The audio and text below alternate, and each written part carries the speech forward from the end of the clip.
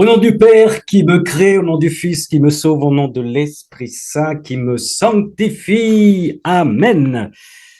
Dans les lectures que nous avons lues dans les Eucharisties, c'était c'était hier, 18 avril, dans l'évangile de Jean, personne ne peut venir à moi si le Père qui m'a envoyé ne l'attire, et moi je le ressusciterai au dernier jour. Il est écrit dans les prophètes, c'est le Seigneur qui parle, ils seront tous instruits par Dieu lui-même. Quiconque a entendu le Père et reçu son enseignement vient à moi. Et je complète ce petit texte que nous avons eu cette semaine par le volume 13, 11 janvier 1922.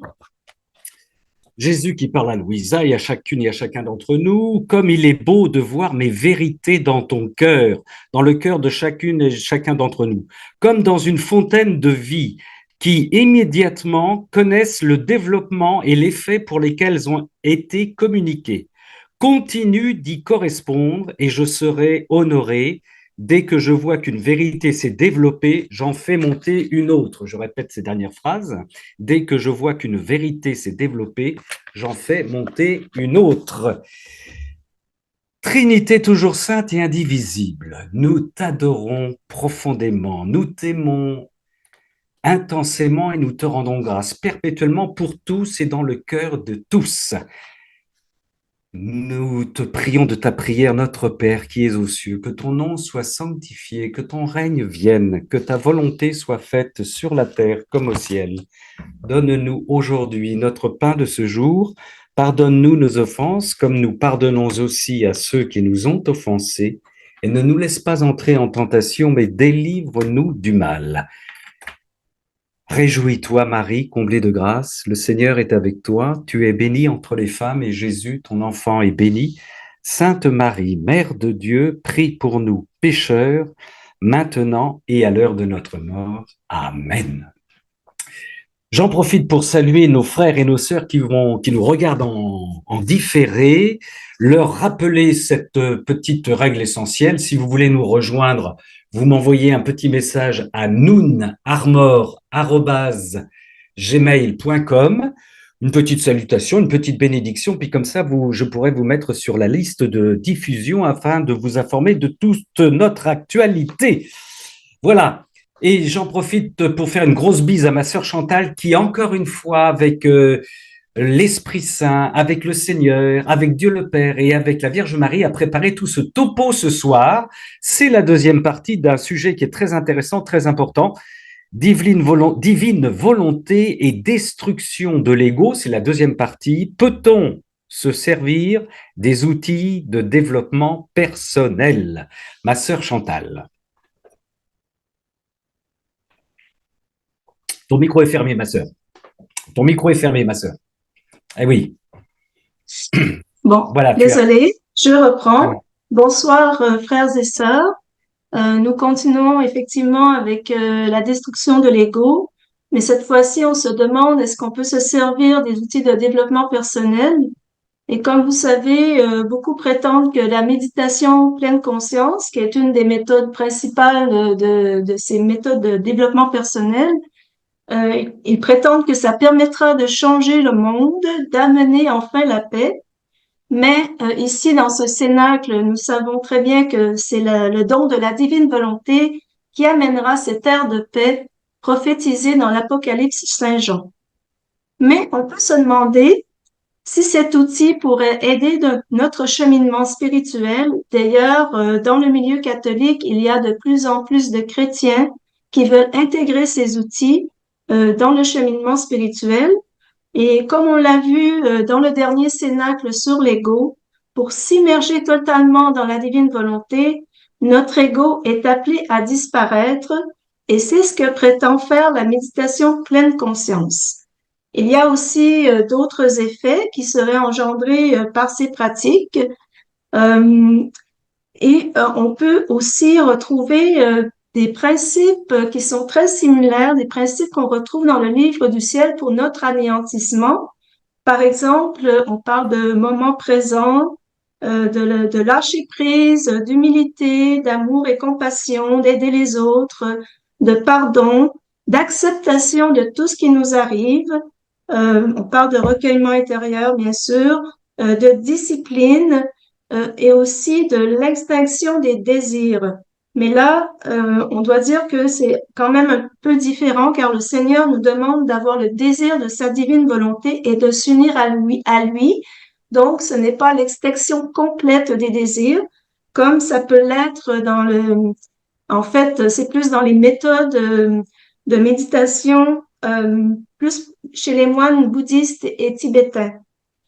On parle aussi de connaissance de soi, mais dans ce cas-ci également, c'est pas tout à fait la même chose parce qu'en fait, elle est un peu biaisée, cette connaissance de soi, dans ce développement personnel, car c'est seulement vis-à-vis le Seigneur qu'on accède vraiment à la vraie connaissance de soi.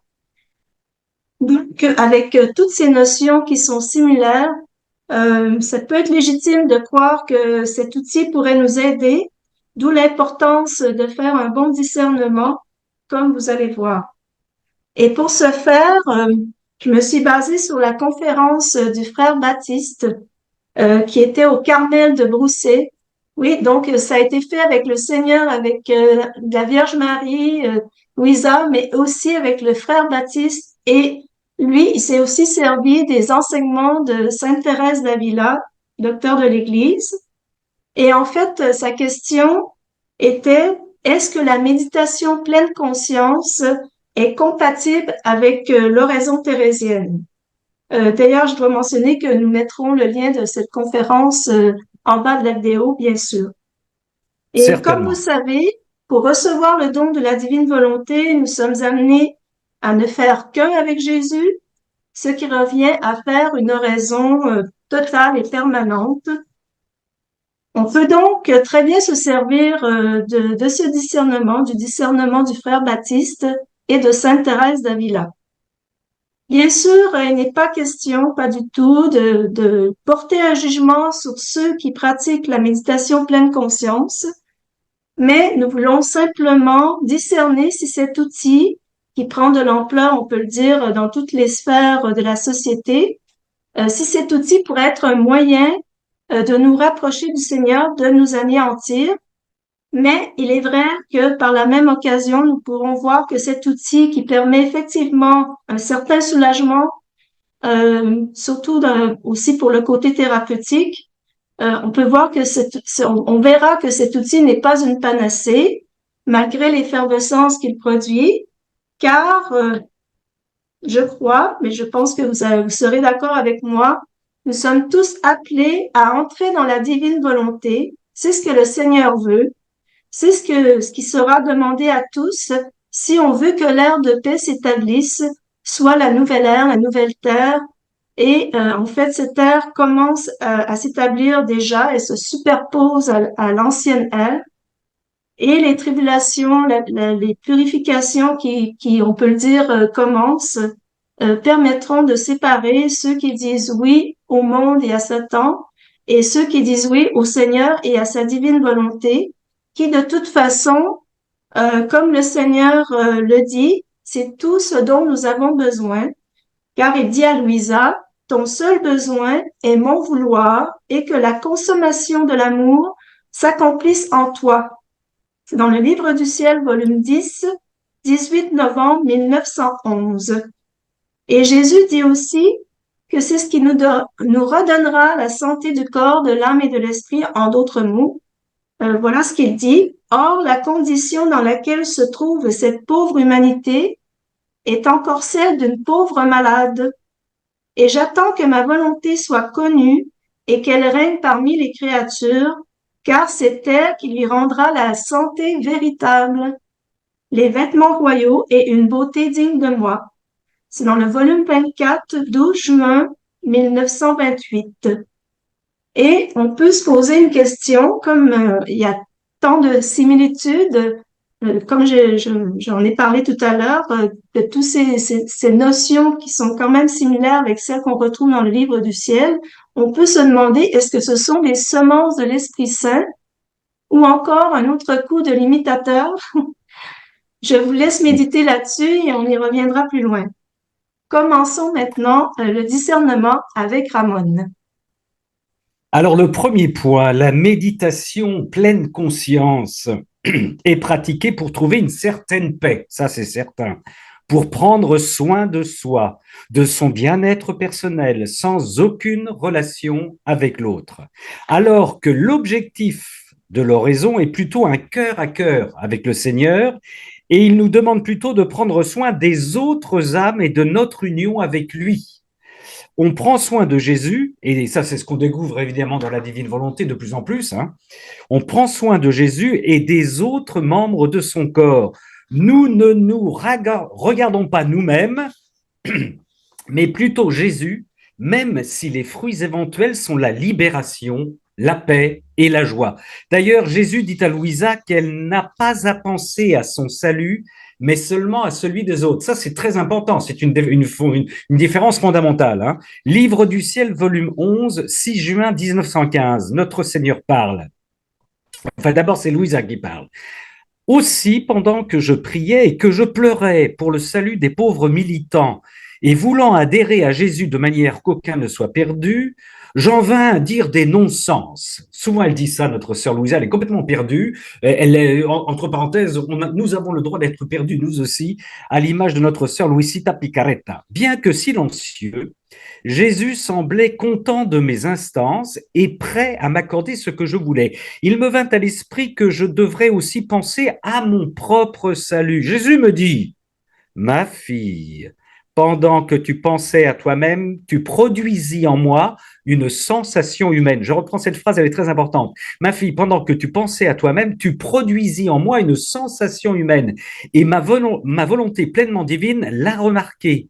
Dans ma volonté, tout tourne autour de l'amour pour moi et pour les autres, pour moi et pour les autres.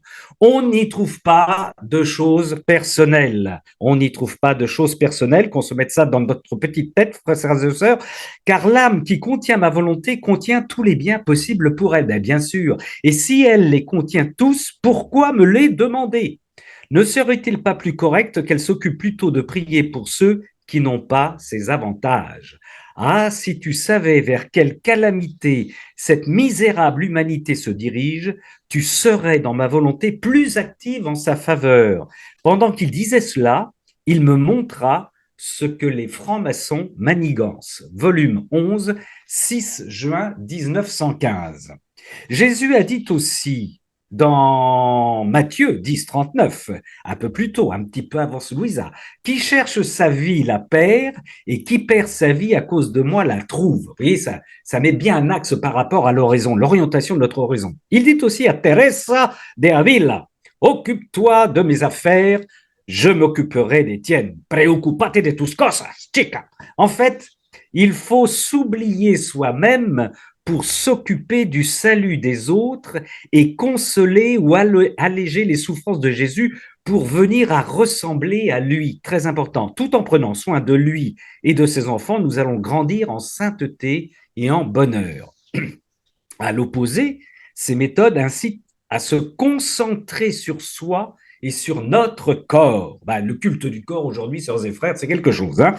Jésus dit à Louisa, volume 11, 2 septembre 1912, « Ma fille, si les âmes savaient combien le repliement sur soi est dommageable, chaque fois qu'on couvre des œufs durs, qu'on se gratte le nombril, c'est dommageable. Plus une âme se regarde, plus elle devient humaine et plus elle ressent ses misères et devient misérable. Par contre, ne penser qu'à moi, qu'à m'aimer, qu'à être totalement abandonné en moi, redresse l'âme et la fait grandir. Plus l'âme me regarde, plus elle devient divine. Plus l'âme me regarde, plus elle devient divine. Plus elle médite sur moi, plus elle se sent riche, forte et courageuse. Il ajouta, ma fille, les âmes qui se gardent, unies à ma volonté, qui me permettent de déposer ma vie en elles et qui ne pensent qu'à m'aimer sont unis à moi comme les rayons au soleil.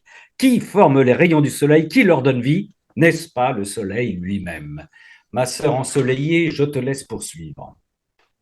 Donc, deuxième point, toujours en lien avec l'oraison thérésienne, la méditation pleine conscience vise à ce que nous devenions indifférents à tout, même à nos émotions, pour trouver la paix.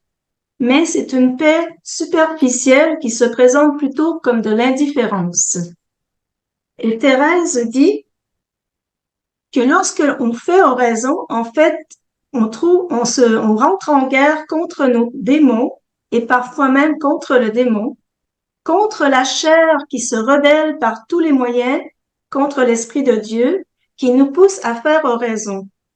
C'est aussi une guerre contre le monde qui nous donne 1000 raisons pour nous éviter ce temps réservé à notre recueillement intérieur avec le Seigneur. Et Jésus dit à Luisa, c'est vrai que je vais te soumettre à une très rude épreuve, à une rageuse et sanglante bataille, car les démons ne te donneront ni repos, ni trêve pendant le jour et la nuit. Mais tu devras toujours garder en mémoire ceci. Commence la bataille en mon nom. Invoque continuellement ce bouclier de sécurité. Utilise mon nom comme le sceau d'achèvement de ce très douloureux combat qui commencera, se continuera et se terminera victorieusement dans ma volonté. Ma volonté te rendra complètement semblable à moi. Il n'y a pas d'autre voie, d'autre manière pour parvenir à la victoire. Tu seras plus tard bien récompensé. C'est dans le premier volume, le paragraphe 33. Et selon Sainte Thérèse, notre arme dans cette guerre est de s'affermir dans ses bonnes résolutions et de ne négliger aucun moyen pour rendre notre volonté conforme à celle de Dieu, qui selon elle consiste en la plus haute perfection dans le chemin spirituel. Donc, c'est incroyable quand même qu'elle a écrit ça au XVIe siècle. Déjà, elle nous disait qu'il fallait, voilà, conformer notre volonté à celle de Dieu. Et vient alors une paix plus profonde que ce que le monde peut donner. Elle dit aussi, nous devons avoir une ferme résolution à porter notre croix. Là, c'est pas moi qui le dis, c'est elle. Et si nous ne l'acceptons pas dès le début, nous n'allons pas grandir dans les vertus, dans la sainteté, et nous n'allons pas avancer dans notre union avec le Christ. Et c'est lorsque cette union qui en fait se fait quand elle est vraiment euh, très profonde, que notre croix devient plus facile à porter, puisque notre union avec le Christ nous comble de bonheur. Et on peut se rappeler dans un des cénacles sur la souffrance, on peut se rappeler le cas de Anne-Gabrielle Caron, qui a vraiment vécu sa croix très très fort, mais elle disait aussi elle était très très heureuse qu'elle ne savait pas qu'on pouvait être si heureux même en portant sa croix, parce qu'elle était vraiment très unie au Seigneur. Je rappelle cette phrase centrale de Teresa de Avila, ne négligeons aucun moyen pour rendre notre volonté conforme à celle de Dieu. Troisième point, la méditation pleine conscience nous demande de nous concentrer sur le corps, d'écouter les appels du corps, d'écouter le corps sans le juger ses appels. Selon Teresa de Avila, le corps est le temple de l'Esprit Saint. C'est bien de nous le rappeler ça de temps en temps. Il ne faut pas le mépriser et nous n'avons pas non plus à en faire abstraction. Mais Saint Paul dit aussi que la chair est indocile à l'esprit. Et le directeur de la prière chrétienne doit être le Saint-Esprit et non pas les caprices de la chair. C'est pas notre corps qui doit nous mener, bien sûr. Elle dit aussi, Teresa de Avila, que oraison et vie douillette ne vont pas bien ensemble.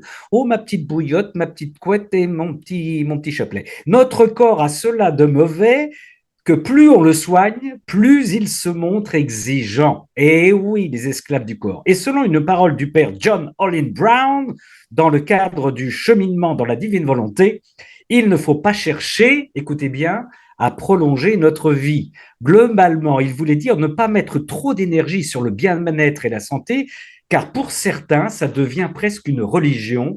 Il faut davantage mettre notre confiance en notre Seigneur. Sainte Thérèse de Avila dit aussi, si nous ne nous déterminons pas à mépriser une bonne fois la mort, et la perte de la santé, Nous ne ferons jamais rien. C'est Thérèse d'Avila qui dit ça, hein, c'est pas nous, hein, c'est pas Chantal, c'est pas Ramon, c'est Thérèse d'Avila. En fait, ce qu'elle veut dire, c'est que nous ne devons pas avoir peur de la mort et de la perte de la santé. C'est la voie de la confiance et de l'abandon à notre Seigneur. De toute façon, comme déjà mentionné, le Seigneur dit bien que vivre dans le divin fiat nous rendra la santé. La divine volonté est la meilleure médecine pour soigner nos blessures qui viennent de notre volonté humaine. Voici ce qu'il dit dans le Livre du ciel, volume 19, 14 août 1926. Tu ne vois donc pas, il s'adresse à Louisa et à chacun de nous, la grande nécessité de divulguer les connaissances de la suprême volonté? Ceci afin d'éteindre, telle la rosée matinale, les ardeurs des passions, afin de chasser les ténèbres de la volonté humaine, tel le soleil levant qui fait sortir les créatures de leur léthargie. Même en faisant le bien, même en faisant leur bien, il leur manque la vie de ma volonté. Mes manifestations à son sujet ont l'effet d'un baume qui active la cicatrisation des plaies causées par la volonté humaine.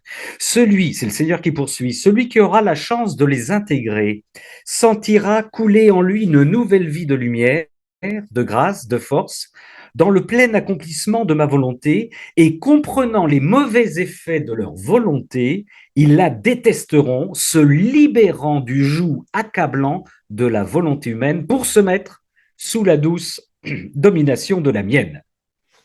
Volume 19, 14 août 1926. Et le frère Baptiste, dont nous vous donnerons les liens pour la conférence dont vous parlez, Chantal, qui dit dans un cadre spirituel qui prétexterait respecter le mystère de l'incarnation par l'utilisation du corps, mais qui donnerait justement trop d'attention à ce corps, serait une voie trompeuse, car il nous éloignerait insensiblement du Seigneur. En fait, il poursuit, ce corps, cette chair, doit suivre l'Esprit de Dieu et non l'inverse.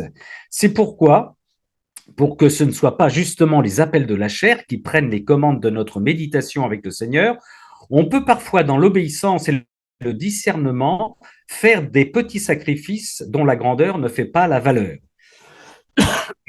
D'ailleurs, Jésus nous dit dans le Livre du ciel, volume 9, 17 octobre 1910, si l'âme est très étroitement unie à moi, j'accorde beaucoup d'importance à ces petits sacrifices parce que dans cette union se trouve la mesure de l'amour. La mesure de l'amour est une mesure éternelle et sans limite. Par contre, pour l'âme qui se sacrifie beaucoup, mais qui n'est pas unie à moi, je regarde ces sacrifices comme ceux d'un étranger et je lui donne la récompense qu'elle mérite, une récompense limitée. Imagine, c'est le Seigneur qui poursuit, un père et un fils qui s'aiment beaucoup. Le fils fait de petits sacrifices et le père, en raison des liens de paternité, de filiation et d'amour, ce dernier lien étant le plus fort, regarde ces petits sacrifices comme s'ils étaient de grandes choses. Volume 9, 17 octobre 1910.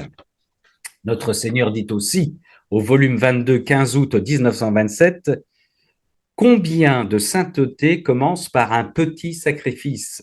Combien de sainteté commence par un petit sacrifice? Et combien d'autres, après m'avoir refusé un petit sacrifice, car il leur semblait que c'était une chose sans importance, sont restés maigrichonnes dans le bien, crétines dans la compréhension, faiblardes, c'est le Seigneur qui parle, hein, faiblardes en marchant sur la voie qui conduit au ciel. Les pauvres, on peut les voir qui rampent en léchant la terre de façon pitoyable. Par conséquent, ma fille, il faut faire plus attention aux petits sacrifices qu'aux grands, car les petits sont la force des grands, Ils disposent Dieu à accorder sa grâce et l'âme à la recevoir. Volume 22, 15 août 1927, ma sœur Chantal. Donc, quatrième point, certains ont fait le parallèle entre la méditation pleine conscience et la garde du cœur des pères de l'Église. On en a parlé un peu au dernier cénacle de cette garde du cœur. C'est la garde, en fait, et le discernement des pensées pour rejeter celles qui ne viennent pas de l'Esprit Saint ou de notre Seigneur. C'est-à-dire qu'il faut rejeter celles qui viennent des démons et de notre amour-propre ou de notre ego, et donc celles qui nous détournent du Christ. puisque le Christ ne se fusionnera pleinement à notre âme que lorsque notre ego sera complètement anéanti. Alors que la pleine conscience, c'est d'accueillir toutes les pensées sans les juger. En d'autres mots, sans discernement. Et le frère Baptiste dit, cette pratique pourrait donc laisser une porte ouverte aux démons, il parle de la pleine conscience, car il n'y a plus cette vigilance sur la dérive de nos pensées. Parce qu'en fait, il faut vraiment ne faire aucun jugement sur les pensées dans cette pratique. C'est pour ça qu'il dit qu'il n'y a pas de discernement. Et donc, effectivement, ça pourrait laisser une porte ouverte aux démons, surtout en ces temps de fin dernière. Donc, cette vigilance est encore plus essentielle, car seul le Christ nous préserve de l'influence du mal et du démon. Et l'arrêt du discernement nous entraîne insensiblement, sans le vouloir, sur cette pente qui conduit au relativisme, qui nous dit que rien n'est absolu et que les vérités dépendent de l'observateur. Donc, ce relativisme a d'ailleurs été fortement dénoncé par Benoît XVI, car cela donne comme mesure ultime uniquement son propre ego et ses désirs. Par ailleurs, Oui. l'absence de jugement et de discernement nous empêche de faire cet acte de foi qui nous permet d'affirmer et de juger que le Christ est le Fils de Dieu, notre Sauveur, et de s'abandonner entre ses bras. Ainsi, le non-jugement qui est demandé dans la pleine conscience, et là je ne parle pas du jugement de l'autre, hein, le non-jugement de nos pensées, en fait, et de nos émotions, nous coupe de cette relation avec le Seigneur. Cinquième point, la méditation, merci ma sœur, la méditation pleine conscience demande l'absence de pensée ou d'imagination. Autrement dit, si vous faites la méditation pleine conscience, on vous demande de ne pas penser, de ne pas imaginer, ce qui est contraire à l'oraison, où nous cherchons à entrer en relation avec Jésus, soit en parlant avec Jésus, soit en pensant à lui, et les 24 heures de la passion, à quoi ça sert mon frère, en se formant profondément une image de lui dans notre cœur.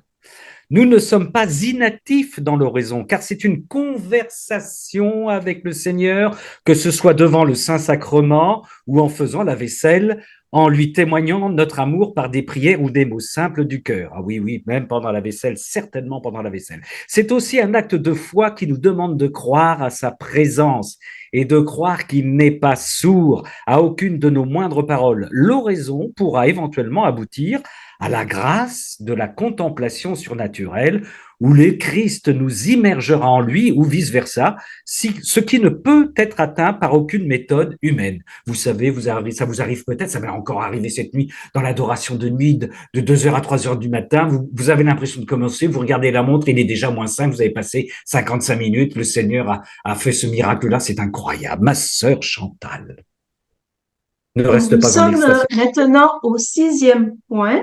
Point. Il y a une différence marquée entre l'attention demandée par la pleine conscience sur notre corps et l'attention amoureuse de l'oraison, amoureuse envers notre Seigneur. Mais on pourrait faire un parallèle concernant la passivité dans ces deux voies. La pleine conscience nous entraîne plutôt dans une forme de passivité acquise par un travail, alors que la passivité dans la contemplation qui nous est donnée par Dieu par grâce consiste seulement à laisser Dieu façonner notre âme dans ce moment de contemplation surnaturelle. La seule chose que nous ayons à faire est de dire oui et de nous laisser transformer par lui. C'est d'ailleurs une très grande différence entre les deux, c'est que le Seigneur veut qu'on le laisse faire. Ce n'est pas à nous de faire le travail, il veut vraiment qu'on s'abandonne à lui. Alors que dans la pleine conscience, c'est vraiment un travail de nous-mêmes. Et je pense que c'est un peu comme ça, très sournoisement, que ça peut gonfler l'ego. Voilà. À toi, Ramon. Avons-nous le droit d'être distraits pendant notre méditation? Certains chrétiens avancent qu'il pourrait être bon de pratiquer la pleine conscience pour améliorer la qualité de l'oraison, c'est-à-dire pour se libérer de ces distractions. Eh bien, écoutez bien, frères et sœurs, ce qui va suivre. Est-ce que l'oraison, quand elle progresse, nous amène à moins de distractions qui perturbent justement cette oraison? En fait, le progrès de l'oraison ne coïnciderait pas avec la baisse des distractions et peut-être même dans certains cas, c'est le contraire qui se passe. Accrochez-vous. Par exemple, la petite Thérèse, à la fin de sa vie, vivait une épreuve contre la foi et elle était, on pourrait dire, ligotée par tout un tas de distractions qui, justement, lui suggéraient que le ciel était vide et qu'après la mort, il n'y avait que le néant. Elle a dû lutter contre ces distractions jusqu'à la mort. Le frère Baptiste, et vous, on va le voir tout à l'heure, pas que lui, pense que nous pourrions changer notre regard sur le sens des distractions comme des bénédictions. Écoutez bien, comme des bénédictions, car elles nous obligeraient à chaque fois qu'elles nous sollicitent à poser des actes de foi, Ramon, c'est-à-dire qu'elles... Oui, pardon, Ramon, peux-tu juste reprendre cette phrase car tu as été coupé, je pense, en tout cas de mon côté. Tu as été coupé un d'accord. petit peu. Juste reprendre cette phrase, cette Le dernière phrase. frère Baptiste pense que nous pourrions changer notre regard sur le sens des distractions parce qu'on pourrait les considérer comme des bénédictions, car elles nous obligeraient à chaque fois qu'elles nous sollicitent à poser des actes de foi. C'est-à-dire qu'elles nous demandent de se tourner de nouveau vers le Seigneur dans le repentir pour avoir cessé de penser à lui et ainsi de lui laisser une opportunité de plus de nous aimer avec sa miséricorde divine. Ça, c'est génial hein, quand on a des distractions. Vous allez voir, vous allez voir. Attendez, on n'est pas au bout de nos surprises. D'ailleurs, faire de la pleine conscience pour éliminer les distractions pourrait tout simplement nous empêcher de faire oraison en étant trop tourné vers soi. Comme a dit la petite Thérèse, oui, je le sens quand même, j'aurai sur la conscience tous les péchés qui se peuvent commettre, j'irai le cœur brisé de repentir, me jeter dans les bras de Jésus, car je sais combien il chérit l'enfant prodigue qui revient à lui. Ce n'est pas parce que le bon Dieu, dans sa prévenante miséricorde, a préservé mon âme du péché mortel que je m'élève à lui, mais par la confiance et l'amour. Ça, c'est Thérèse de Lisieux qui nous le dit. Car c'est dans notre faiblesse que sa puissance se manifeste pleinement. 2 Corinthiens 12, 9. C'est dans sa faiblesse, c'est dans la faiblesse de notre raison aussi, donc, que se manifeste notre Seigneur. 2 Corinthiens 12, 9. Jésus dit d'ailleurs à Louisa et à chacun de nous, écoute ma fille, les misères et les faiblesses sont des moyens pour arriver au port de la divinité. Les misères et les faiblesses sont des moyens pour arriver au port de la divinité, parce que, en ressentant le fardeau des misères humaines, l'âme s'ennuie, s'embête et cherche à se débarrasser d'elle-même. Et qu'en ce faisant, elle se trouve en Dieu. Ça, c'est le volume 9, 3 août 1910. Cela nous amène à nous abandonner davantage dans les bras de Jésus. Alors là, ma sœur Chantal, je vais je vais te glisser une surprise, c'était pas prévu, mais en plein avec ce thème-là, je vais le lire rapidement. Vous le savez, la semaine dernière, j'ai lu des motions de nos frères et de nos sœurs, des enseignements de Jésus donnés à certaines sœurs, à certains frères, et je vais en lire une deuxième partie vendredi de la semaine prochaine. Eh bien, sur ce sujet-là, le Seigneur donne un enseignement qui rejoint totalement ce que dit notre frère Baptiste. Voici, c'est le Seigneur qui dit ça. Nombreux sont mes enfants qui gémissent et se plaignent des distractions qui, comme l'ivraie, envahissent leur moment de prière et d'oraison. Nombreuses sont les méthodes proposées pour combattre ce fléau. Cependant, elles demeurent. Les distractions demeurent. Aujourd'hui, poursuit le Seigneur, j'aimerais te révéler une autre vue de ce phénomène. Bien sûr, l'âme doit être vigilante contre ces distractions, mais puisqu'elles persistent, je désire vous apprendre à les utiliser dans la divine volonté afin d'en faire des actes de réparation et même des actes d'amour. Vous entendez? Oui, mon fils, ma fille, n'est-ce pas l'amour qui est victorieux du péché et de la mort? Ces distractions sont autant de pensées qui percent l'intelligence, la mémoire et la volonté de l'homme. Voilà comment je te propose d'agir. Voici un exemple. Et le Seigneur donne un exemple. C'est très pédagogique. Lorsque durant ton oraison, tu penses au dîner qui t'attend et que cela t'empêche de maintenir le dialogue avec moi, prends cette pensée et dis-moi, sois béni mon Seigneur, car je veux te remercier pour le pain que tu donnes à l'homme, un pain de vie, et je pose mon je t'aime et je te remercie avec ta divine volonté sur chaque communion à ce pain de vie qui a été fait et sera faite. Récupération, vous voyez, de la distraction pour l'offrir au Seigneur. Il poursuit, tu verras que petit à petit, la distraction à qui on impose ce dur traitement s'épuisera et se laissera et cela sera, tandis que ton âme sera, elle, regaillardie dans son oraison. tu feras de l'affliction une bénédiction. Et je donne un dernier paragraphe. Et puisque la distraction interrompt ta prière, ne t'inquiète pas qu'elle soit aussi interrompue pour me louer et me bénir. Tu verras que les fruits en sont bien différents. C'est ainsi que je fais de chaque âme qui vit dans la divine volonté une combattante puissante contre le péché et les maux qu'il génère. Et puis, dernier enseignement de notre Seigneur sur nos distractions, tu dois légalement savoir que par ce moyen, la distraction, l'âme va découvrir la nature des tentations qui lui sont propres, la colère, l'avarice, la gloutonnerie, etc. Et par cette prise de conscience que les lumières de l'Esprit Saint opèrent au plus profond de son être, elle découvrira l'origine de ces distractions et pourra les combattre pour en être libérée. Si c'est pas beau ça, si c'est pas beau ce petit message du Seigneur dans ce sujet pile poil. Je vous redonnerai tout ça vendredi dans une semaine. Merci ma sœur de m'avoir permis de le donner. Bah, tu es très bienvenue. Incroyable. Effectivement, c'est Ah bah oui, vraiment, ça tombe à point, ce message, et on peut voir aussi que le frère Baptiste était bien inspiré, très bien complètement. Ils inspiré sont par l'Esprit Saint. Baptiste et Donc, Jésus sont en phase. voilà, voilà. Donc, nous sommes maintenant au 8e point. La méditation pleine conscience développe la conscience du moment présent. L'oraison développe plutôt la conscience de la présence de Jésus au centre de notre âme. Et comme disait Guylaine, je fais de la méditation pleine confiance ou pleine conscience de Jésus pour l'aimer et le faire aimer. On pourrait se dire, est-ce que l'un empêche l'autre? Mais la conscience de la présence de Jésus augmente aussi la conscience de nos péchés. Louisa, d'ailleurs, se sentait toujours mauvaise, hein, comme vous savez, et voici un exemple de ce qu'elle dit dans le Livre du ciel, volume 2, 25 septembre 1899. Intérieurement, je me disais, si ces écrits tombaient entre les mains d'une personne, elle pourrait dire, elle doit être une bonne chrétienne puisque le Seigneur lui accorde tant de grâce, ignorant que, en dépit de tout, je suis encore si mauvaise. Voilà comment les gens peuvent se leurrer, autant sur ce qui est bien que sur ce qui est mal. Ah Seigneur, toi seul connais la vérité et le fond des cœurs. Pendant que j'entretenais ces pensées, mon Jésus vint et il me dit, ma bien-aimée, et si les gens savaient que tu es mon défenseur et le leur? Je lui répondis, mon Jésus, que dis-tu? Et Jésus reprit, n'est-il pas vrai que tu me défends contre les souffrances qu'ils m'infligent en te plaçant entre eux et moi, que tu prends sur toi les coups qu'on veut m'asséner ainsi que ceux que je devrais faire tomber sur eux?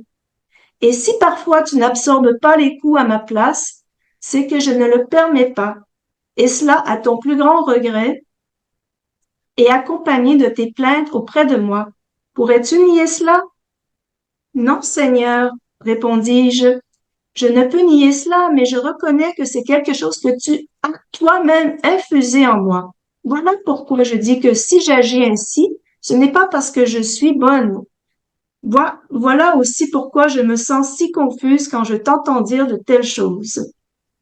Donc, c'est volume 2, 25 septembre 1899. C'est que Louisa, elle avait vraiment conscience de sa petitesse et de tous ses péchés vis-à-vis la pureté du Seigneur.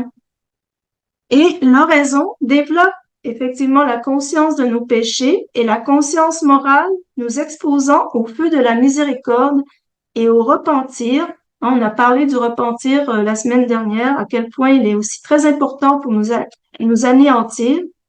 Donc, tout ceci entraîne une véritable guérison intérieure et une réforme de notre vie. Alors que la pleine conscience tend plutôt à baisser notre sentiment de culpabilité. Et comme l'a dit le frère Baptiste, qui n'est peut-être pas une mauvaise chose pour ceux qui souffrent de culpabilité maladive, mais c'est quand même très important d'avoir quand même cette conscience de nos péchés, ce qui peut justement, en fait, le but ultime que l'on cherche, Ce n'est pas de se distancer de nos péchés, comme dit la petite Thérèse, qui nous invite au contraire à les identifier et les cerner pour les présenter à la miséricorde divine, pour pouvoir ainsi s'unir davantage au Seigneur, qui n'est pas venu appeler les justes, mais les pécheurs.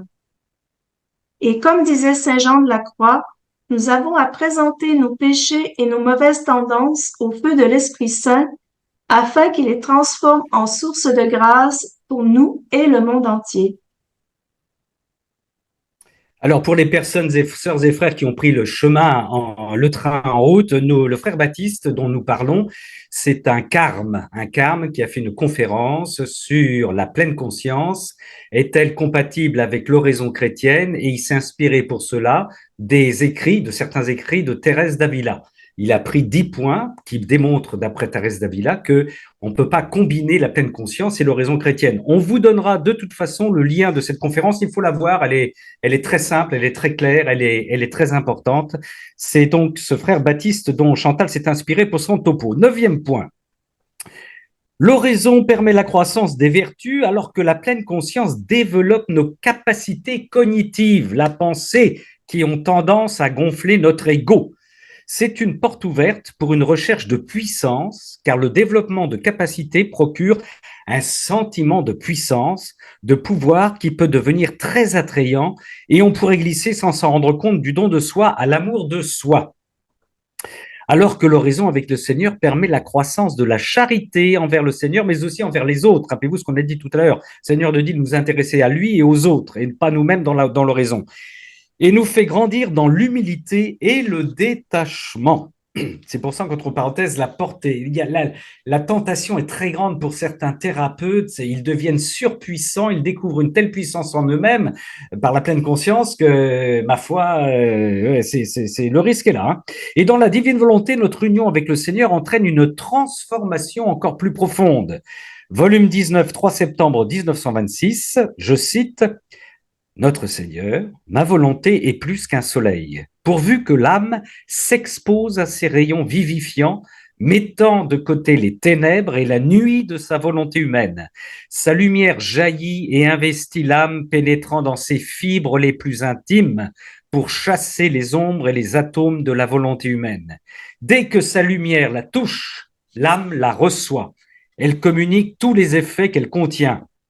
Car ma volonté sortant de l'être suprême contient toutes les qualités de la nature divine et en l'investissant, elle lui apporte la bonté, l'amour, la puissance, la fermeté, la miséricorde et toutes les qualités divines, non pas de façon superficielle, mais réelle, transmutant dans la nature humaine toutes ces qualités de telle sorte que l'âme sentira en elle, comme étant sienne, la nature de la vraie bonté, de la puissance, de la douceur, de la miséricorde et de toutes les qualités suprêmes. Seule ma volonté, poursuit le Seigneur, détient la puissance de convertir ses vertus dans la nature, mais uniquement dans celui qui se laisse envahir par sa lumière, sa chaleur, tenant loin de lui les ténèbres de sa propre volonté, vraie et parfaite nuit de la créature.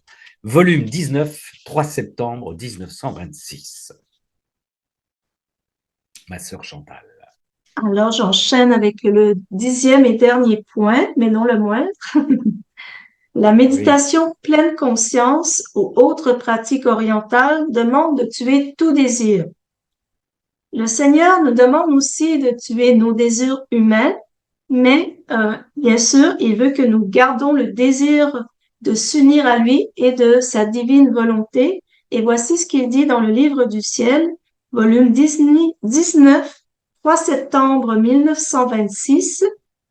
Ma fille, le fait de désirer un bien, de vouloir le connaître, purge l'âme, préparant l'intelligence à le comprendre, sa mémoire à s'en rappeler et sa volonté sans son appétit s'ouvrir afin de l'obtenir, pour en faire sa nourriture et sa vie, poussant Dieu à lui donner ce bien et à le faire connaître. En fait, le désir d'un bien, de le connaître, est comparable à l'appétit par rapport à la nourriture, et grâce à lui, on sent le goût, on mange avec plaisir en étant satisfait d'avoir pris cette nourriture et espérant pouvoir à nouveau en déguster. Si, par contre, on manque d'appétit, cette même nourriture, tellement appréciée par une personne, sera nauséabonde pour une autre, pour celle qui n'a pas l'appétit, pouvant presque provoquer de la souffrance.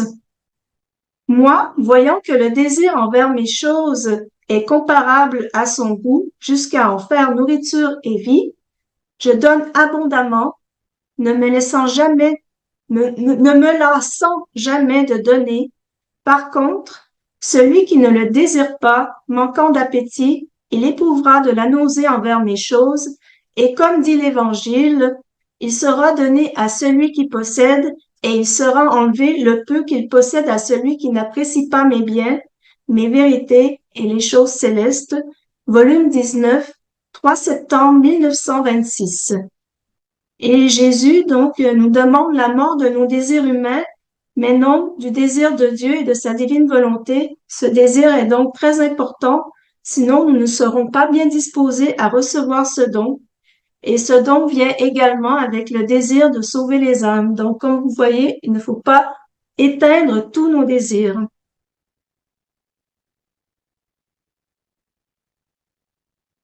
Est-ce que tu as coupé le son, Il y a Ramon? 3 mots, oui, oui, oui, oui. Ça y est, ça, j'ai dû revenir là, hein. Merci, ma sœur. Il y a 3 mots qui sont importants, qui sont souvent repris dans le livre du ciel, qui ont été cités dans ce paragraphe, hein. C'est l'intelligence, la mémoire et la volonté. Ce sont 3 prérogatives, ce sont 3 attributs divins qui sont accordés à la créature que nous sommes. L'intelligence, vous savez, je crois que c'est l'expression de Saint Jean-Paul II, capax Dei, nous sommes capables de comprendre, d'entrer en relation avec Dieu. C'est notre intelligence, elle est faite pour ça. La mémoire, pour nous souvenir de notre histoire avec Dieu, et à partir de cette mémoire, d'avoir la volonté de poursuivre, hein. Donc intelligence, mémoire et volonté sont liés, sont très importants dans toutes nos actions. Et ça, c'est quelque chose 3 mots-clés qui reviennent très très souvent dans la divine volonté. La conclusion à ce topo préparé par ma sœur Chantal, qui s'est inspirée de notre frère Baptiste. Ouais, vous voyez comme on travaille en église, hein, puisque ce soir on a embarqué un carme avec nous, en plus de notre Seigneur Jésus-Christ. Il y aurait beaucoup de choses à dire, mais l'essentiel est là. Terminons sur la base d'une réflexion du frère Baptiste ou de Sainte Thérèse. Le plus grand tort que peuvent faire ces pratiques de développement personnel, c'est la perte de notre sanctification, car comme on l'a vu, elles ont tendance à nous éloigner du Christ. Cette sanctification profite non seulement à nous, mais au salut de toutes les âmes. Il faut donc être alarmé de cette perte. D'autant plus maintenant que les cieux sont ouverts, on fait référence à la sanctification dans la divine volonté, et cette perte est donc multipliée. J'ai une petite pensée pendant que je parle, mais très affectueuse, avec une de mes sœurs qui est plongée dans le bouddhisme et toute cette méthode, et qui se sent, qui est actuellement très très loin au bout du monde pour essayer de trouver. Vous voyez, il y a même un écartement géographique, ce qu'elle ne peut pas trouver ici en Bretagne, en France. Elles se sont obligées de prendre l'avion pour aller très très loin pour essayer de le trouver. Même même physiquement, hein, alors que évidemment Dieu est là où nous sommes. Comme dit Jésus dans le livre du ciel, volume 19, 28 février 1926, ma fille, ne perds pas ton temps, car chaque fois que tu t'occupes de toi, tu perds un acte dans ma volonté. Alors ça, il faudrait balancer ça à nos contemporains, ça va les scandaliser. Ne t'occupe pas de toi, tu perds un acte dans ma volonté. Sais-tu ce que cela signifie? Tu perds un acte divin qui enlace tout et tous, contenant tous les biens du ciel et de la terre. Tu en prives ton propre ange qui est près de toi. Bonsoir l'ange. Puis chaque acte accompli en elle, en suivant son cours, est une béatitude fortuite supplémentaire dont il jouit à tes côtés, un paradis doublé d'allégresse, comme il se sent heureux de son sort, t'ayant sous sa protection. Étant donné que les joies du ciel sont en commun, ton ange offre la béatitude imprévue reçue par toi et son double paradis à toute la cour céleste en tant que fruit de la divine volonté de sa protégée. Ça fait penser, vous savez, à la prière eucharistique, on demande à l'ange de présenter au Père l'offrande que nous présentons sur l'autel, qu'elle soit présentée à notre Père céleste. Tout le monde fait la fête, exaltant et louant la puissance, la sainteté, l'immensité de ma volonté. Alors, sois vigilante dans ma volonté, on ne peut pas perdre de temps. Il y a trop de choses à faire. Volume 19, 28 février 1926. Ça, c'est un des grands regrets que nous aurons, sœurs et frères, quand nous serons avec le Seigneur, c'est que nous nous rendrons compte que dans nos moments de doute, de lassitude, de démission, de découragement, nous aurions pu faire 10 000 fois, 10 milliards de fois de plus de choses si nous avions eu un petit centimètre de foi. Jésus dit aussi, volume 36, 28 août 1938. C'est pourquoi il peut y avoir de tels prodiges en un seul acte accompli dans ma volonté qu'il est difficile pour la créature de pouvoir les dire tous. Mais les créatures ne savent pas qu'à travers celle qui vit dans mon vouloir, je reçois, le Seigneur reçoit l'amour et la gloire qu'elle devrait me donner. Ce sont des secrets qui se passent entre moi et celle qui vit dans mon vouloir. Mais il y a plus. Cette créature en arrive à me donner la gloire et l'amour que les âmes perdues devraient me donner. On intervient toujours pour les autres, sœurs et frères. Notre prière est systématiquement universelle. Rappelons-nous de ça. La vertu communicative de mon fiat arrive à tout, donne tout à tous et parvient à tout avoir. Celle qui fait tout et donne tout à un droit sur tout et peut tout recevoir. Mais pour que l'âme reçoive tout, elle doit vivre dans notre vouloir avec nous et vouloir ce que nous voulons. Volume 36, 28 août 1938. Cette petite phrase, hein. Mais pour que l'âme reçoive tout, elle doit vivre dans notre vouloir avec nous et vouloir ce que nous voulons. Amen. Soyons donc mille fois alarmés de cette perte. Ma sœur Chantal.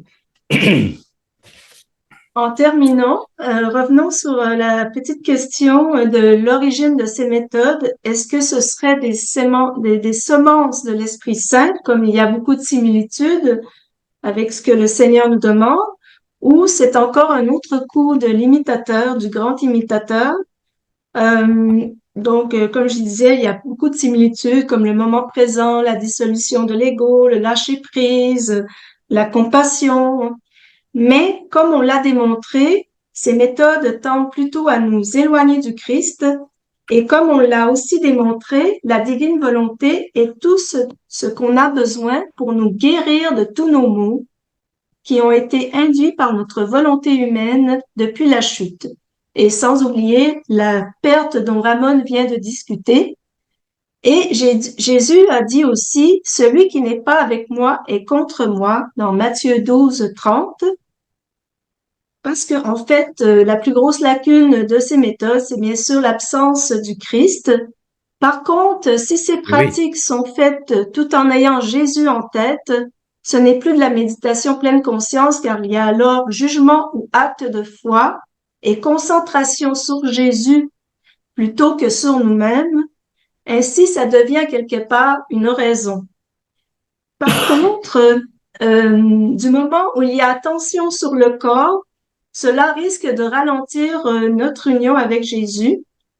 Et d'ailleurs, Jésus nous demande vraiment de laisser faire le travail. Et il ne veut pas que ce soit notre travail, comme c'est le cas avec la méditation pleine conscience. Et comme dernier mot, je dirais que l'Esprit Saint, eh bien, il agit toujours dans la lumière, hein. C'est jamais sournois.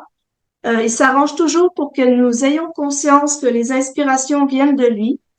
Par contre, il peut transformer tout ce qui est mauvais en lumière et amour. Il fait toutes choses bonnes.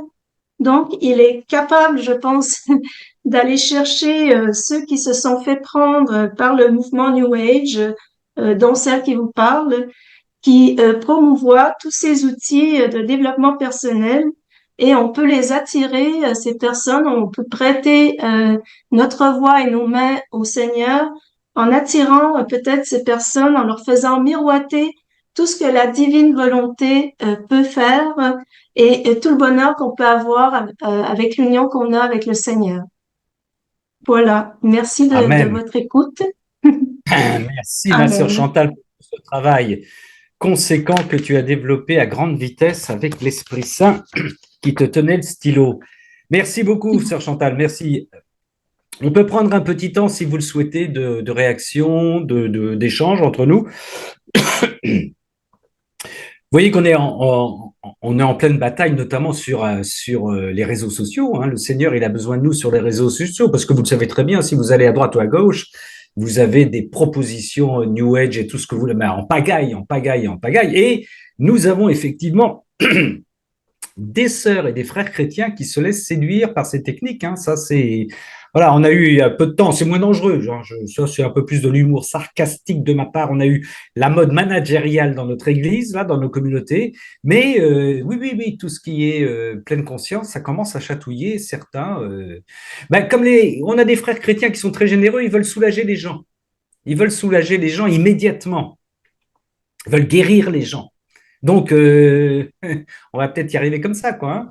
Mais ils oublient que c'est peut-être pas la volonté du Seigneur, hein, que la guérison ultime, pour reprendre un terme de ma sœur Chantal, c'est la conversion et de se jeter dans les bras du Seigneur, quel que soit notre état physique. J'en profite d'ailleurs pour rappeler que beaucoup de saints, puisqu'on parlait de Sainte Thérèse de Lisieux, et beaucoup de saints sont morts très jeunes et ne cherchaient pas du tout à prolonger une vie par une ascèse ou par c'était pas leur but premier. Ils se soumettaient totalement à la volonté du Dieu quant à leur maladie ou non maladie, quant à leur guérison ou non guérison. Ça, c'est un exemple de tous les saints que nous connaissons. Est-ce que quelqu'un veut... Oui, Guylaine, pleine conscience ou pleine confiance. On te donnera 550 € pour ce titre. On te le doit, Guylaine. Est-ce que quelqu'un veut intervenir? Vous avez une petite main jaune que vous pouvez afficher, bien entendu, hein, parce que vous êtes nombreux ce soir, pour que nous ne soyons pas à chevaucher nos voix, sauf si vous êtes en profonde méditation de pleine confiance à partir de ce que nous vous avons dit. Alors j'en profite de ce temps de silence pour dire que la semaine prochaine, mercredi prochain, nous nous retrouverons pour un cénacle lecture. Merci Chantal. Et puis, je vais profiter de l'absence de ma sœur Chantal vendredi de la semaine d'après, c'est-à-dire le vendredi 26 avril, où nous aurons un deuxième cénacle de lecture de motion reçu par des frères et des sœurs, comme celui que dans la même lancée, j'allais dire, que celui de la semaine dernière. Voilà, je vous ai laissé le temps de réagir. Est-ce que quelqu'un veut réagir? Que tout soit pour la gloire de Dieu, nous dit Roxana, notre sœur Roxana. Amen.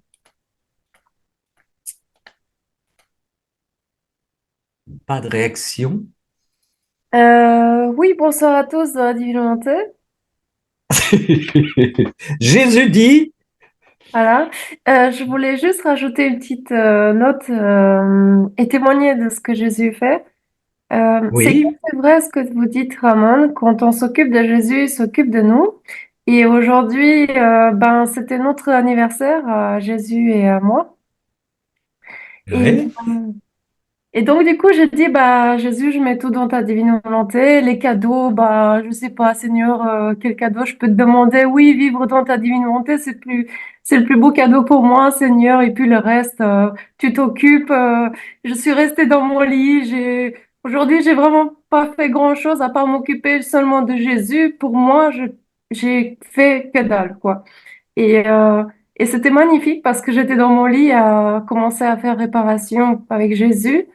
Et mon frère arrive, il me donne un cadeau, et puis après, il me donne des cadeaux. Et puis, je me fais gâter comme ça dans le lit. Et je dis, mais qu'est-ce qui se passe quoi là? Je dis, je m'attendais pas du tout, quoi. Je dis, mais c'est incroyable. Et en plus, mon frère qui connaît pas, connaît un peu la divine volonté, mais il a pas, il lit pas les livres, tout ça. Il m'a installé sur une liseuse tous les livres du ciel. Et quand je dis, maman, magnifique. quoi? Il m'a dit, regarde, t'as les livres là et tout. Je dis, livre du ciel. Je suis, ah ben Jésus et Marcel, je pense. Il veut que je lise ce livre du ciel même sur la liseuse. Je trouvais ça super mignon et je dis merci pour Jésus parce que c'est vraiment ça, quoi. On s'occupe de toi et toi, tu t'occupes de nous. Et c'était magnifique, quoi. C'est Jésus qui a fait les cadeaux, qui a tout fait, pour sa gloire. Super. Alors, voilà, nous avons donc une nouvelle ouverture grâce à Roxana. On peut rester au lit toute la journée, le jour de son anniversaire. Voilà. Attention, hein, demain, Roxana, il faut se lever. Le jour de son anniversaire, on peut rester au lit avec Jésus. C'est génial. Il nous offre des cadeaux dans le lit. Et oui, mais oui, mais oui, mais oui, bien C'est ça sûr, qui est bien génial. sûr. Merci à Jésus et à vous, mes frères et Ouais. sœurs, pour votre travail. Soyez bénis. Merci, Roxana. Et joyeux Alors, anniversaire. Merci beaucoup, Chantal, ma sœur. est-ce que quelqu'un a un témoignage à donner, une réflexion? Oui, Profitez-en. moi, un témoignage à donner. Oui, c'est Geneviève. Oui, voilà. On t'écoute, Par Geneviève. rapport justement à toutes ces techniques de développement personnel, en fait, moi, il y a quelques années, j'ai été tombée dans l'EFT, je ne sais pas si vous connaissez, Emotional Freedom Techniques en anglais. Ça vient des États-Unis. Et ben justement, quoi, c'était pour essayer de me guérir physiquement parce que j'ai une maladie. Et je suis tombée complètement dedans et puis ça a coûté la vie de mon couple. Je me suis séparée de mon couple. Moi, j'ai rien fait, j'ai pas fait bruit, mon cœur. Hein. Jusqu'à part le balai, ça fait 1 heure et demie que je faisais pas de bruit. Hein. Agathe, qui est en train de parler? Attendez, je vais couper. Attendez, Geneviève, allez-y, c'est Oui, bon. oui. Oui, Donc je me suis séparée, j'ai divorcé, voilà, j'ai 3 enfants et bon voilà, ça a fait le gros carnage. Et d'accord. voilà, j'ai pas guéri pour autant, mais je me suis complètement éloignée de Dieu déjà, complètement quoi. Et, voilà que j'ai tout perdu quoi. J'ai tout perdu Et oui. à cause de ça quoi. Est-ce qu'on peut savoir comment s'est fait le retour, Geneviève? C'est indiscret de vous demander comment vous avez retrouvé pourquoi vous êtes là Quand finalement? j'étais au fond du trou, quand j'étais au fond du trou. Ouais, J'ai crié à l'aide au Seigneur qui vienne me sauver. Gentiment, je suis remontée la porte. Bon, j'ai perdu beaucoup de choses, quoi. Bon, mes enfants sont revenus.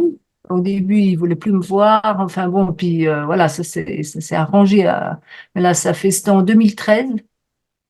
ouais, Voilà, ça fait 11 ans. Et, d'accord. donc, bon, ben voilà, bon, maintenant, je suis seule, euh, sans mes enfants. Bon, ben, mes enfants sont grands, mais disons que ça a fait une grosse coupure, quoi, une grosse. Ouais, ouais, Mais ouais. non, et puis en fait, c'est parce qu'en fait j'étais avec mon mari, mais j'ai compris, j'ai rencontré une autre personne, un autre homme, et je pensais que c'était lui qui allait me sortir de tout, qui allait, enfin, j'étais complètement enrôlée dans ce truc, et j'ai complètement trompé, en fait, complètement trompé, et en fait, cet homme m'a quittée euh, au bout de quelques années, donc je me suis retrouvée complètement seule, quoi. Euh, donc j'ai tout perdu, mais bon, ben voilà, euh, non, c'est été terrible, quoi. Terrible, terrible, terrible. Et c'est vrai que Merci. au début, je me disais, ben, c'est ça qui va me guérir, mais en fait, pas du tout. Ouais, ouais, Je me suis ouais, complètement ouais. fourvoyée, quoi, complètement, complètement. Mais merci pour ton Chantal, témoignage. oui. C'est très parlant, Mm, mm. c'est très touchant et ben, on est content de te revoir avec nous. Ouais, ben, peu de temps après, justement, que cet homme m'a quitté, peu de temps après, ben, j'ai rencontré Louisa. Euh, Ah oui, j'ai rencontré Louisa qui arrêtait pas de me harceler, en guillemets, parce qu'elle arrêtait pas de venir sur mon ordi sans arrêt, puis je savais pas ce que c'était. Et je la refoulais tout le temps, tout le temps, tout le temps. Puis pour finir, je me suis dit, je vais quand même savoir de quoi elle cause. Et puis, ben voilà, je suis tombée dans la divine volonté qui est beaucoup, beaucoup mieux que eh oui, les techniques. Non, non, vraiment, ça eh m'a oui. sauvée. Ça m'a sauvée. Elle m'a sauvée. Le Christ m'a sauvée. Ouais, grâce à Louisa. Mm, voilà. Je crois que Geneviève, à travers, enfin, on a tous nos histoires particulières. Merci hein, pour ton témoignage. Euh, En tout cas, c'est une illustration supplémentaire que le Seigneur nous laisse aller jusqu'au bout de nos libertés humaines, de nos volontés humaines. On va les épuiser jusqu'au désastre, hein, jusqu'au fond du trou. Et c'est à ce moment-là, parce qu'il nous lâche jamais, il nous lâche jamais, il nous retend des perches, hein, comme tu dis, Ah oui, oui. le petit harcèlement de Louisa, quoi. Hein. Mais combien d'entre nous sommes passés par, peut-être pas par les mêmes périodes, les mêmes étapes, mais par le fait de nous laisser enfoncer, d'aller jusqu'au fond du trou parce qu'on le voulait, enfin parce qu'on le voulait, parce qu'on cherchait les solutions nous-mêmes, on s'est écarté de lui, quoi. Hein. Mais lui ne Oui. nous lâche pas. Et je pense que ce que tu dis là va aussi toucher c'est ce qui va se produire chez nos contemporains, chez nos sœurs et chez nos frères qui sont partis à droite à gauche dans toute tentative, dans 36 méthodes, 36 essais de vie qui vont les fracasser ou qui les fracassent déjà et qui vont faire qu'à un moment, il va y avoir la lumière en face, hein, la lumière qui va venir jaillir. Hein. Le Seigneur, il attend ça. Et on a un rôle important, justement, nous, sans être prétentieux, le Seigneur veut que nous reflétions la gloire de la divine volonté pour tous ces gens qui, tout d'un coup, ne sauront plus à quel sein se vouer, comme on dit. Hein. Et s'ils voient des frères et des sœurs heureux et épanouis, qui tiennent cette bonheur, cet épanouissement de Dieu, à ce moment-là, nos filets ont intérêt à être solides, quoi, hein, parce qu'il va y avoir du monde. Il va y avoir du monde à se précipiter. Merci Geneviève. De rien. Merci beaucoup. Est-ce que quelqu'un d'autre veut intervenir?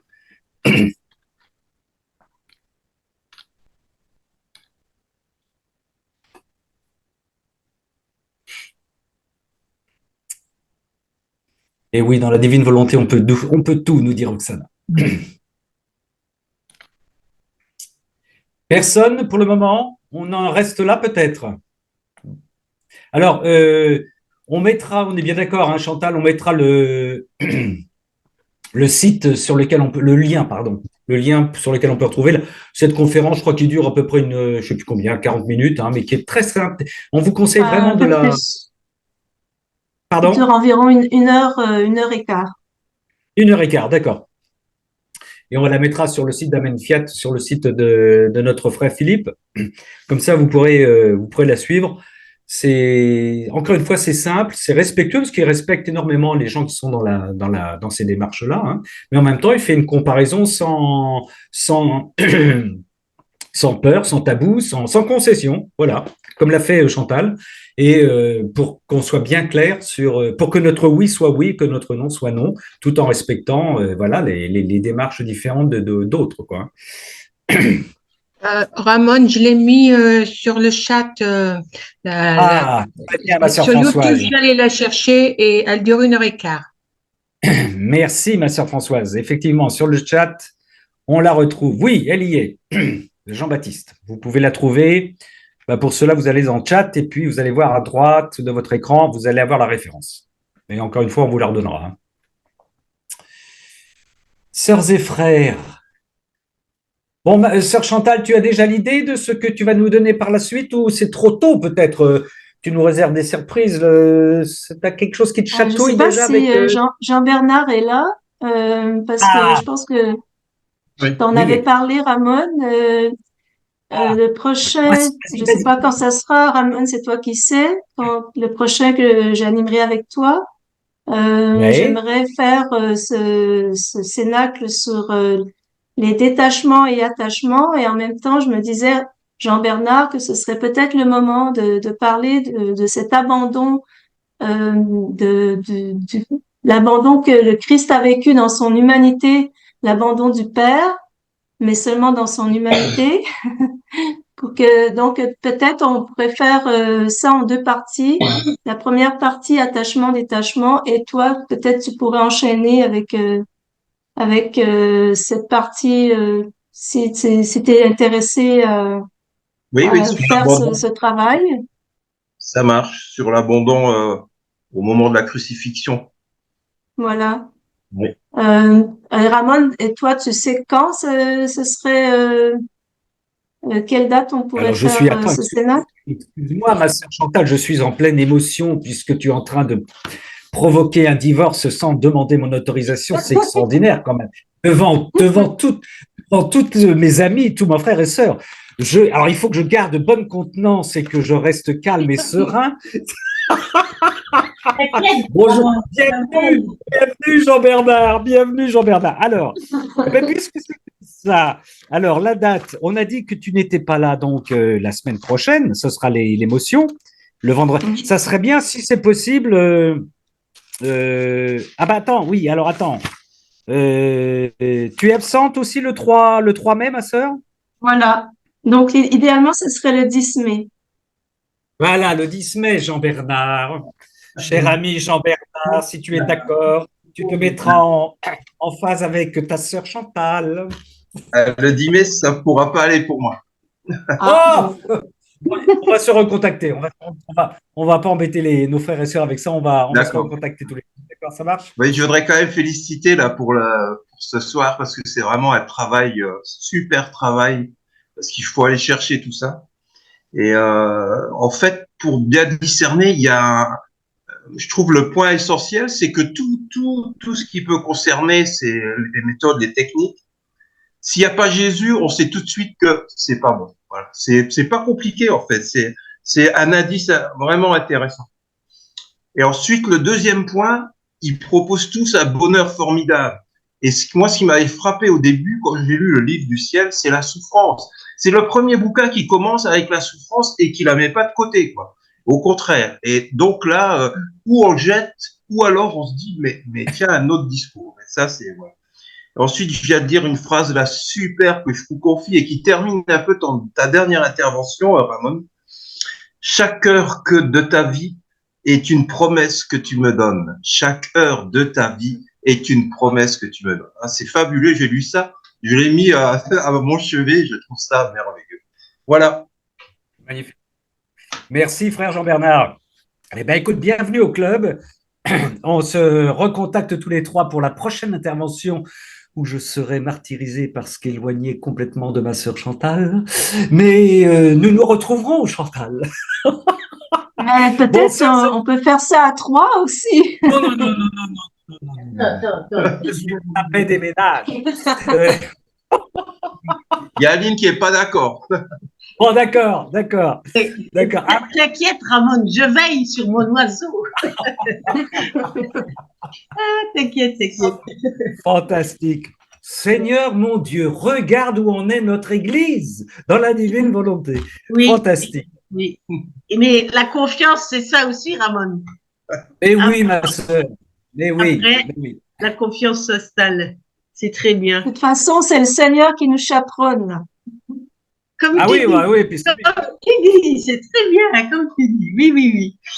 il organise tout, ça c'est clair et net. Ouais. Sœurs et frères, nous allons nous quitter là-dessus, sauf si quelqu'un encore veut intervenir, et puis on se retrouve pour ceux qui le veulent mercredi prochain pour un cénacle lecture et vendredi prochain pour un cénacle consacré aux motions.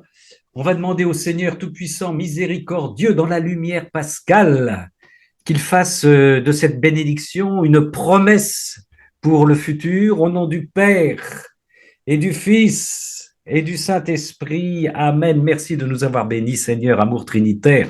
Nous t'aimons par ton amour.